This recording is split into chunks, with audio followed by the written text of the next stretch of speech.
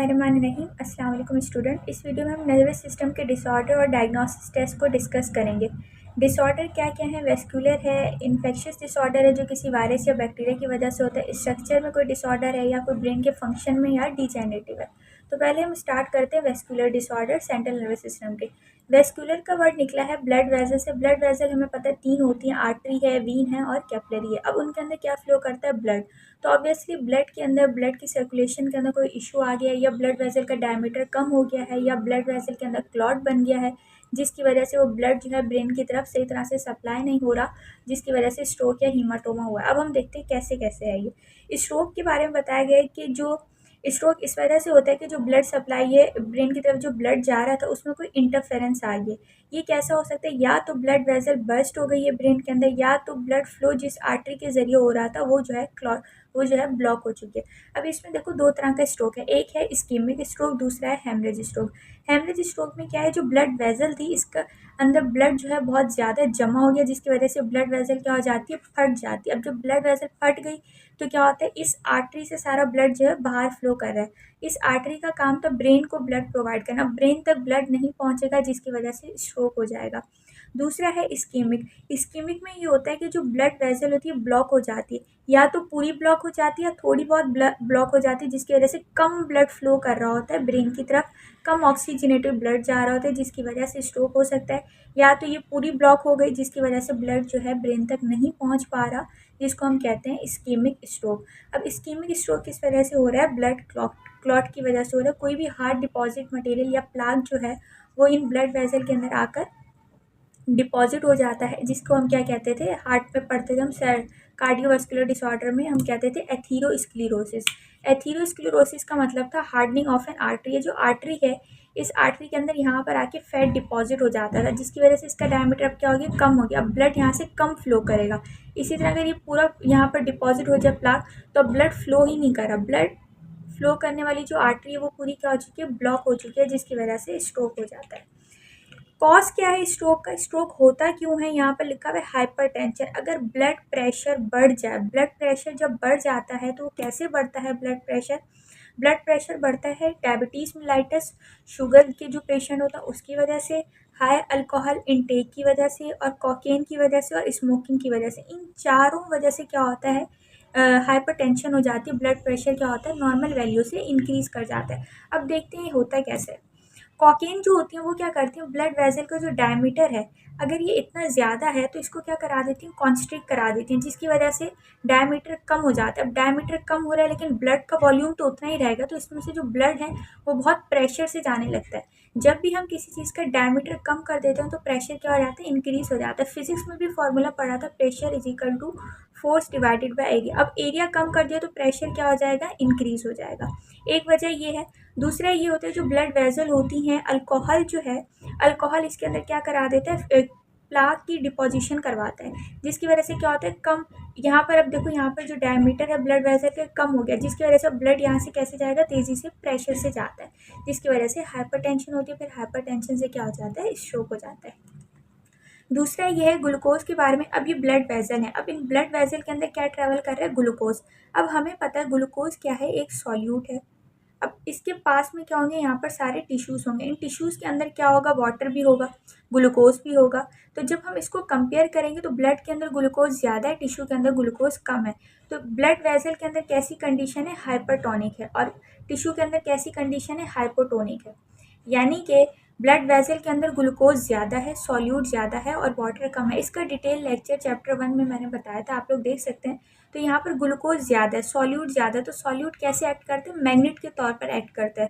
तो यहाँ वो टिश्यू से वाटर को अट्रैक्ट करेगा, अपनी तरफ लेकर आएगा। जब वाटर यहाँ पर जमा हो जाएगा तो ब्लड का वॉल्यूम इंक्रीज़ होने लगेगा।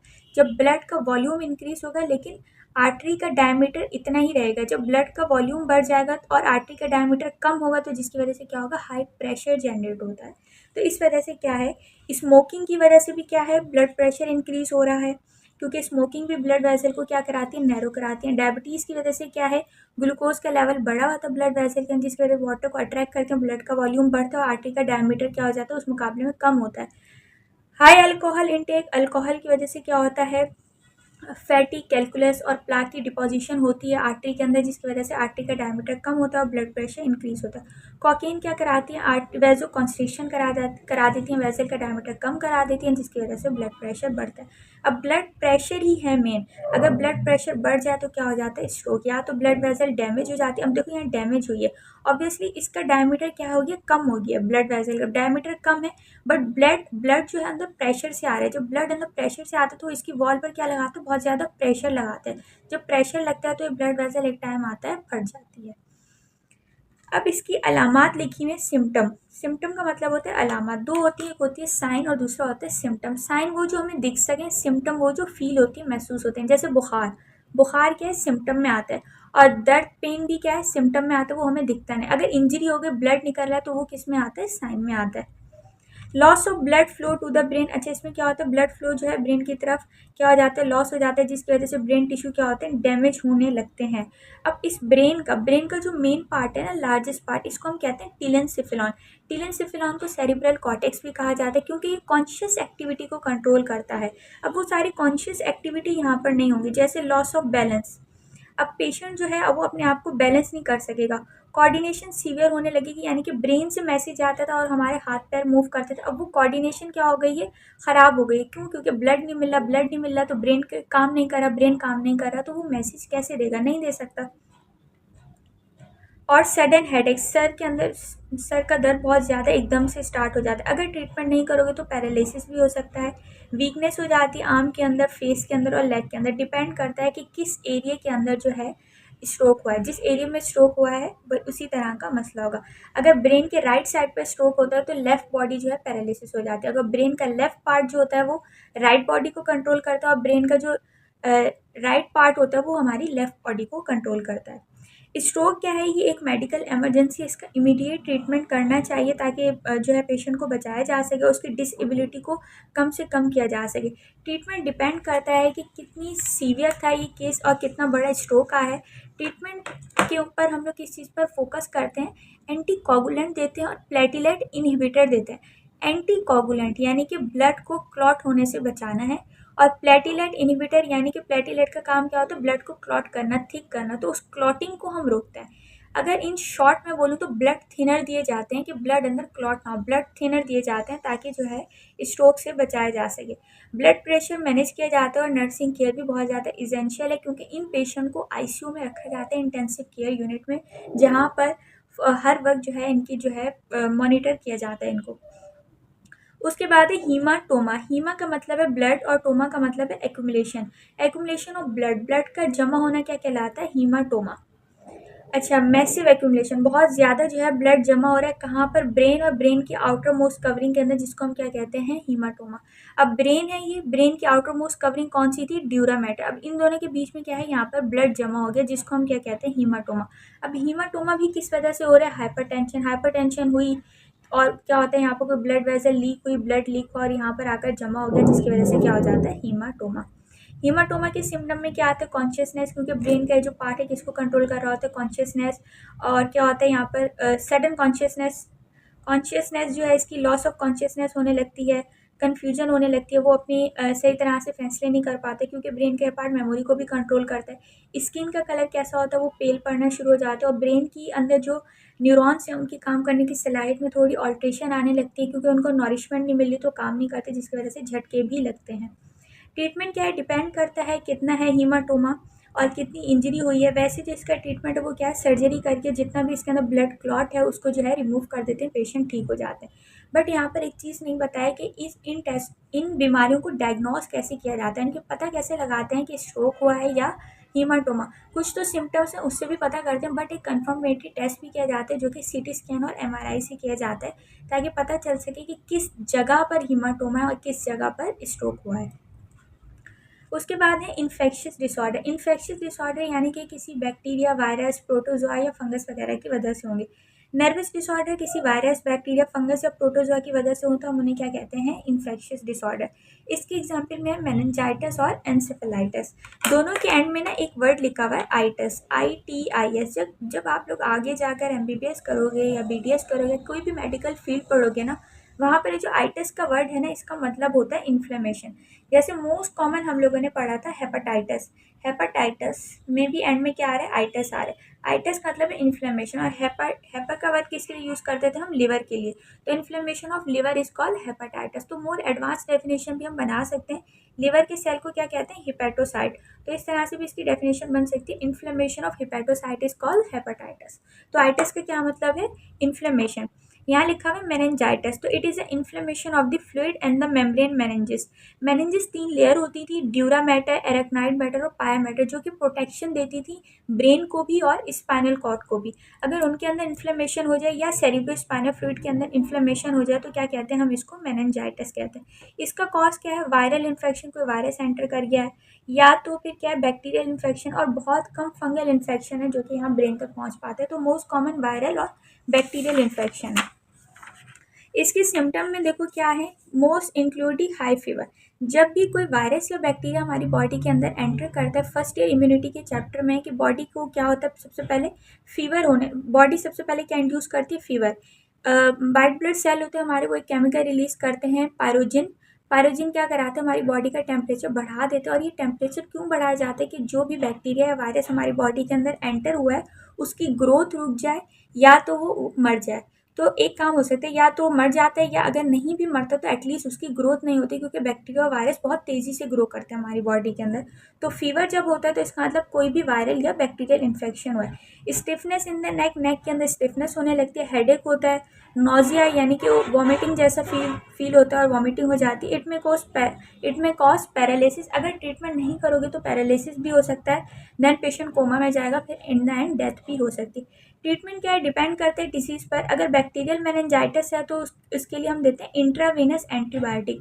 इंट्रावीनस यानी कि इंजेक्शन के जरिए दिया जाता है, वीन्स के अंदर जो है डायरेक्ट इंजेक्शन दिया जाता है, या ड्रिप के जरिए भी दिया जा सकता है। तो इंट्रावीनस एंटीबायोटिक दी जाती है, यानी कि ओरली नहीं दी जाती, टैबलेट फॉर्म में, इंजेक्शन के फॉर्म में दी जाती है। और मोर रिसेंटली कौन सी दी जाती है, कॉर्टिकोस्टेरॉइड। अच्छा, यहाँ पर एक वर्ड आया कॉर्टिकोस्टेरॉइड, इसके बारे में थोड़ा सा बता देती हूँ कि ये जो है कॉर्टिकोस्टेरॉइड ही क्यों यूज़ करते हैं। हमारी बॉडी के अंदर ना एक चीज़ होती है, ब्लड ब्रेन बैरियर। जब आगे जाओगे ना किसी भी medical field, most probably MBBS के अंदर ये पढ़ोगे, एक हमारी बॉडी के अंदर होता है ब्लड ब्रेन बैरियर। ये एक ऐसा बैरियर है जो ब्लड को और ब्रेन को जो है अलग करके रखता है। और ये जो बैरियर होता है ना, किससे मिलके बना होता है, लिपिड से या फैटी एसिड, एक ही बात है। तो ये किससे मिलके बना होता है, लिपिड से। अगर ब्लड के अंदर कोई टॉक्सिन कंपोनेंट है, कोई वायरस है या कोई बैक्टीरिया आ गया, तो वो इस बैरियर से क्रॉस करके ऊपर नहीं जा सकते। तो इस वजह से यहाँ पर एक बैरियर बिछा हुआ है जिसको हम क्या कहते हैं, ब्लड ब्रेन बैरियर। ये जो कि क्या करता है, ब्रेन और ब्लड को आपस में क्या करता है, अलग करता है। और ये बैरियर किससे मिलके बना होता है, लिपिड या फैटी एसिड से। अब हमें पता है लिपिड से यहाँ जो है, जो भी वाटर सॉल्युबल चीज़ें वो सारी पास नहीं कर सकती। तो अगर कोई मेडिसिन दी जाए ना, तो कोई लिपिड फॉर्म वाली मेडिसिन ही यहाँ से क्रॉस करेगी। तो वो मेडिसिन कौन सी यहाँ पर इन्होंने लिखी है, कॉर्टिकोस्टेरॉइड। अब स्टेरॉइड क्या है, लिपिड की ही टाइप है। लिपिड की टाइप में हम पढ़ते थे स्टेरॉइड, और लिपिड से मिलकर कुछ हार्मोन भी बनते थे, ईस्ट्रोजन, प्रोजेस्टेरॉन और टेस्टोस्टेरोन वगैरह। तो कॉर्टिकोस्टेरॉइड ही वाहिद दवा है जो तेज़ी से इस ब्लड ब्रेन बैरियर को क्रॉस करके ब्रेन तक जाएगी और जो है अपना फंक्शन परफॉर्म करेगी। तो इस वजह से हम कॉर्टिकोस्टेरॉइड देते हैं। वायरल मेनिंजाइटिस जो है can not be cure with antibiotic, इसके लिए एंटीबायोटिक नहीं देते, क्योंकि खुद ब खुद ही ठीक हो जाते। जो वायरस वगैरह है अंदर वो कैसे बाहर आ जाते थ्रू कफिंग और स्नीजिंग। एंसेफेलाइटिस जो है ये भी आइटिस आगे इन्फ्लेमेशन है। इसमें क्या होता है, ब्रेन की इन्फ्लेमेशन हो जाती है जिसको हम कहते हैं एंसेफेलाइटिस। अब ये क्यों हो रही है, वायरस है या कोई फंगस आ गई है। तो सिम्टम्स क्या है, इसकी अलामात क्या है, इसमें क्या होता है, फीवर। अब देखो कोई भी वायरस अंदर एंटर कर गया तो फीवर तो मोस्ट कॉमन है। फीवर इस वजह से होता है कि बॉडी का टेम्परेचर बढ़ जाए और उस वायरस या बैक्टीरिया की ग्रोथ रुक जाए।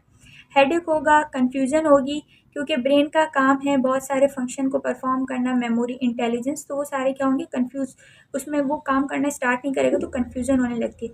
मसल वीकनेस होगी, क्योंकि ब्रेन ही कोऑर्डिनेशन कराते हैं, नर्वस कोऑर्डिनेशन होती है, ब्रेन से ही मैसेज आता है, मसल मूव करते हैं। तो इस वजह से अब मैसेज नहीं आ रहा तो मसल वीकनेस होने लगेगी, क्योंकि मसल किसके ज़रिए आते हैं, नर्व्स के ज़रिए। अब नर्व से जब मैसेज नहीं आएगा तो मसल क्या करेंगे, अपना फंक्शन परफॉर्म नहीं करेंगे। तो इसी तरह पोलियो में क्या होता है, जो ब्रेन से जो नर्व आनी होती है लेग्स तक, वो नर्व क्या हो जाती है, ब्लॉक हो जाती है, या वो नर्व रप्चर हो जाती है, डीजेनरेट हो जाती है, जिसकी वजह से पोलियो होता है। इसी तरह एक और नर्व है शियाटिका नर्व, जो कि हिप रीजन पर होती है। अगर कभी इंजेक्शन लगाया जाए बच्चों को और शियाटिका नर्व में इंजेक्शन लग जाए तो वो बच्चा हमेशा के लिए पैरालाइज हो सकता है, क्योंकि नर्व कभी भी ठीक नहीं होती।